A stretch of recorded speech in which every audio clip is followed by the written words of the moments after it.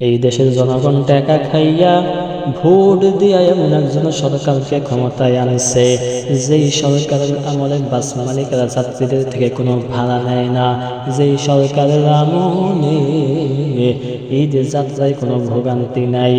বাস চালকরা, বাস মালিকরা, বাসের স্টাফরা যাত্রীদের থেকে কোনো ভাড়া নেয় না, বরঞ্চ ফ্রিতে যাত্রীদেরকে তারা নিজ নিজ গন্তব্যে পৌঁছাই দিচ্ছে। এই দেশের মানুষ এমন একজন সড়ক মন্ত্রী পাইছে,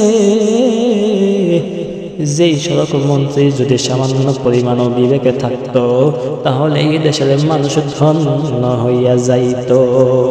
যাত্রীরা খুশি হইয়া নির্ধারিত ভাড়ার চেয়ে অতিরিক্ত ভাড়া বাস চালকদেরকে উপহার দিচ্ছে।